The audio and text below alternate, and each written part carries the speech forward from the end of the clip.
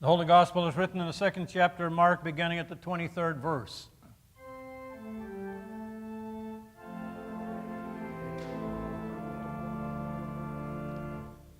One Sabbath, Jesus was going through the grain fields, and as they made their way, the disciples began to pluck heads of grain.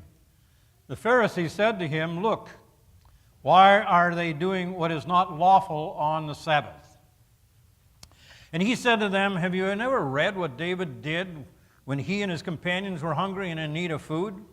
He entered the house of God when Abiathar was the high priest and ate the bread of the presence, which it is not lawful for any but the priest to eat. And he gave some to his companions." Then he said to them, "The Sabbath was made for humankind, not humankind for the Sabbath. So the Son of Man is Lord even of the Sabbath." Again he entered the synagogue, and a man was there who had a withered hand. They watched him to see whether he would cure him on the Sabbath, so that they might accuse him. And he said to the man who had the withered hand, "Come forward." Then he said to him, "It is lawful to do good or to do harm on the Sabbath, to save life or to kill." But they were silent. He looked around at them with anger. He was grieved at their hardness of heart and said to the man, "Stretch out your hand." He stretched out, and his hand was restored. The Pharisees went out and immediately conspired with Herodians against him, how to destroy him. Here ends the gospel for the day.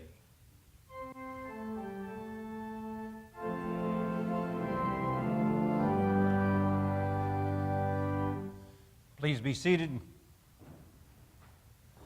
I believe it was last Monday at 5 o'clock that they announced that there was a lottery ticket worth $1 million that had been sold in South Austin, had not been claimed after a year.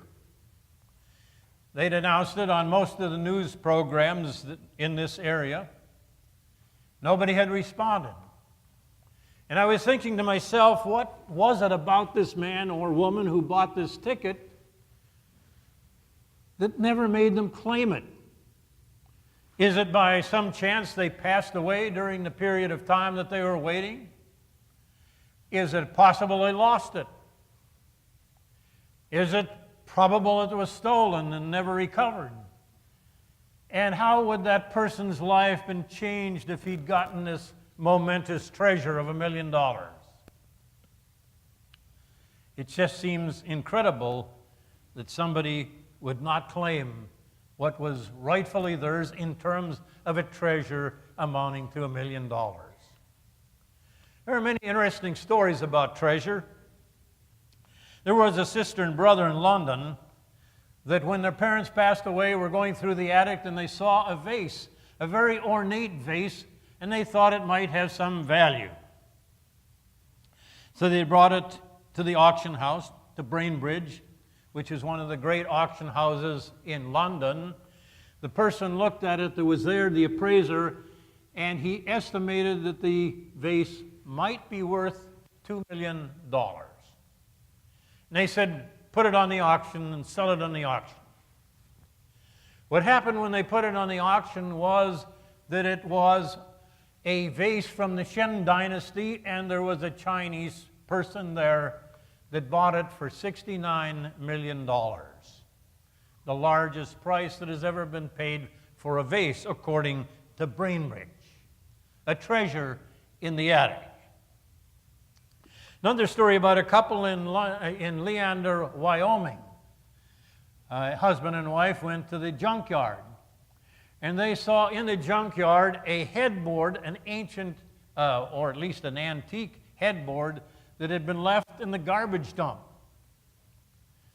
The woman said, "That looks like something that we could use. Let's clean it up. Let's take it back." Obviously, somebody was trying to get rid of it, so let's just take it and refinish it and use it for our house. It's something would fit in. When they were trying to lift the heavy post for the headboard, the top came off, and the number of gold coins began to spill out. Dozens and dozens of gold coins from the 1880s that was worth a fortune. And you're standing there and saying, why hasn't something like that ever happened to us? Why don't we have this marvelous fortune and discover some kind of treasure that we really didn't expect? Wouldn't that be wonderful? Paul, in his epistle text today, in his letter to the Corinthians, is talking about hunting for treasure. But Paul kind of centers on treasure like I did when one of the people with these metal detectors came out from town. Actually, two of them came out from this metal detecting club, and they felt that the church might be a place where they could hunt for treasure. Because actually this is 100 years old. People have been traveling this ground, and certainly there would be something they would find that would be valuable. And with one of them, I decided to play the preacher role and irritate them a little bit, which is not nice. But what I said to them when they pulled this metal detector out is, I think you're looking for treasure in the wrong place. And one looked at me very interestingly and said, well, where do you think the treasure is? And I said, you see that building over there? That's where the treasure is. And I think maybe your life would be more exciting if you found the treasure that was in that house. As I say, I don't often play that role, but I just decided to do it. But I find that that corresponds very well with what Paul was saying today. He's saying, you don't look for the treasure out there. He said in the 2 Corinthians, and I don't like the translation, it says, that we are God's vessels of clay with treasure. I like the King James translation. It says, you are the treasure in earthen vessels. And I'm going to use that translation. Paul says, I want to make a distinction. You yourself are not the treasure. You are the clay pots. You are the earthen vessels. But within you lies a treasure. And the real treasure of life lives not out there, but within. And so go looking for that treasure. And once you've accepted that as the valuable treasure it is, your life will not be the same. That's what Paul is saying. So the first point we take away from this text is most of us are looking for treasure someplace else than where it really is.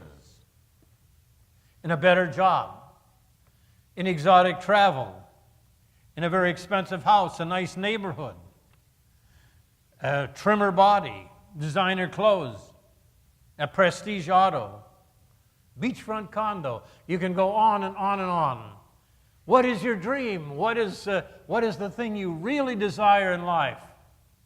That's your treasure. And if we go that route, we find out that the treasure is always someplace else. Happiness is always somewhere or something or someone else. And Paul says in his letter, happiness is security in the gift of Christ, or it is nothing.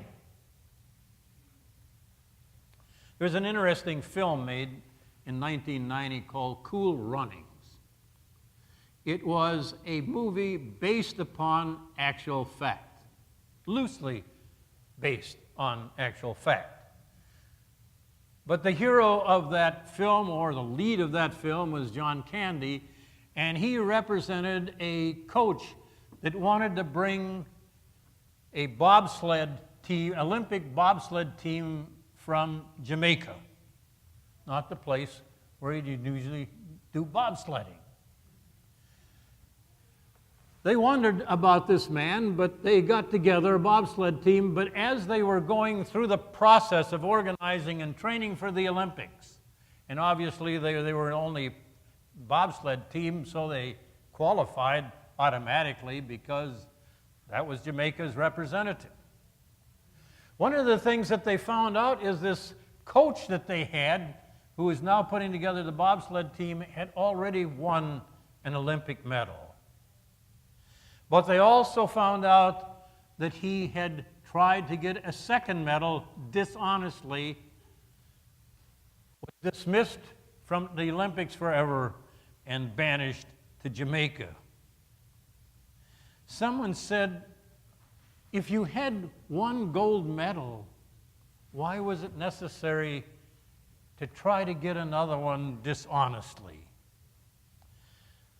And the coach says, I had to win, but I learned something. If you're not happy without the medal, you won't be happy when you get the medal. That's a very profound statement.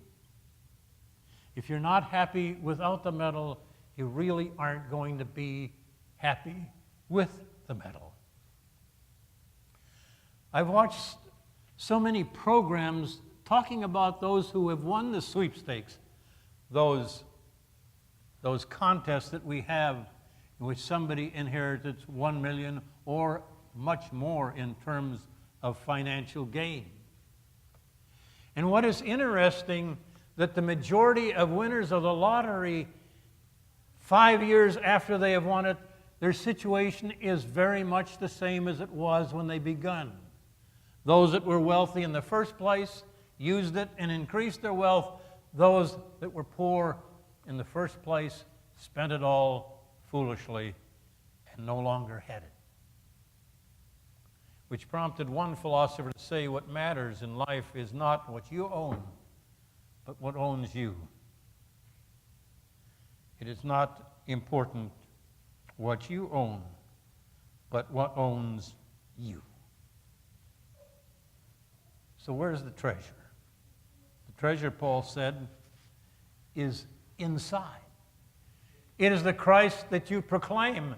And if you grasp that treasure and take his life seriously, then life will change for you. And then he says, secondly, if we value that treasure that we have within ourselves that you can find, we can handle what comes from outside. Paul understood that. There are a lot of bad things that happen in life. A lot of things that we struggle with. A lot of things that we don't understand. A lot of pain that we accumulate. But Paul says, if you have the real treasure, all those things that seem so golden, even when they turn to something not so golden, you will not be destroyed. Paul states it like this: we are afflicted in every way, but not crushed, perplexed, but not driven to despair, persecuted, but not forsaken, struck down, but not destroyed, always carrying in the body the death of Jesus, so that the life of Jesus may be made visible in our body, and we become the treasure in earthen vessels. So when your purpose is right, and you cling to the Jesus treasure within yourself, you can withstand the problems from outside. I visited somebody with a newborn baby not too long ago, and as I was there, she was busy with something, and the baby started crying, and she said, "Oh, I think the baby has a dirty diaper. Would you mind changing it?" And my response was what you might expect. Are you really serious? That is something I really didn't even do for my own kids.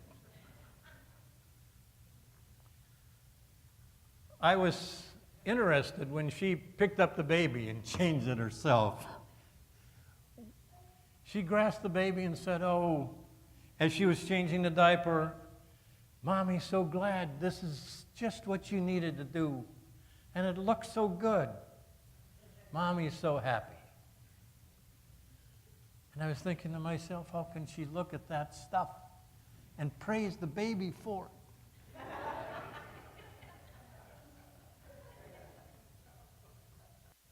loving mother was concentrating on the baby's needs and his health. And changing the diaper was something that was exciting. I was in a hospital the other day, and there was a specimen of urine on the table, and the nurse came in, and she picked it up, and she looked at it, and she said, "Oh, this is wonderful. There's no blood in here. It looks like it's clearing up.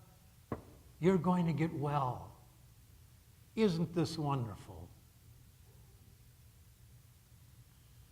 I've watched firemen look at a burning cauldron that people were finding ways to stay far away from, and walk into that building and deliver a human being, sometimes a cat, sometimes a dog, but looking like they had no fear for their life whatsoever because they were pictured on something more important, giving and sacrificing for other people.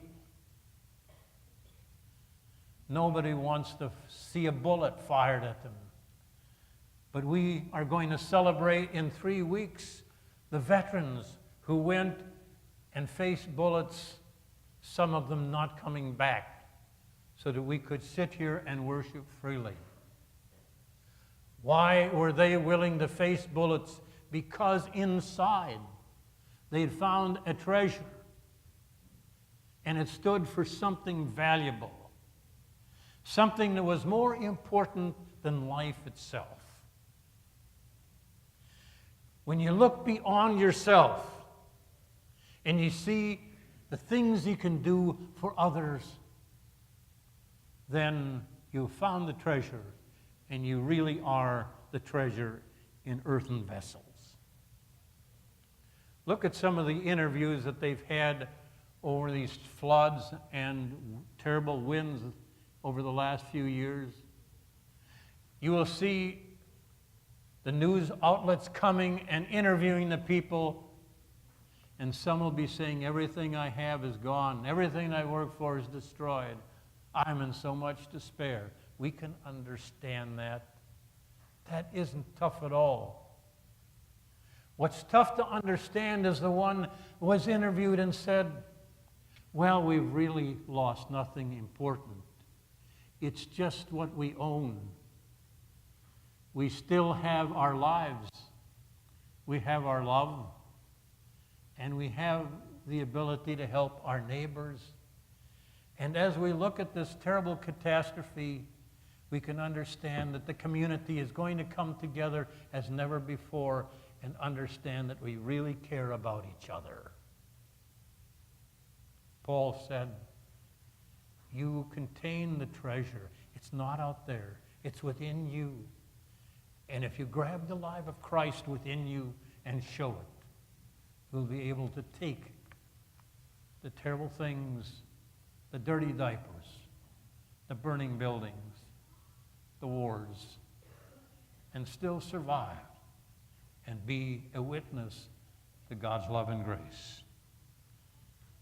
You are the treasure in earthen vessels." Amen. Sermon hymn again, Savior.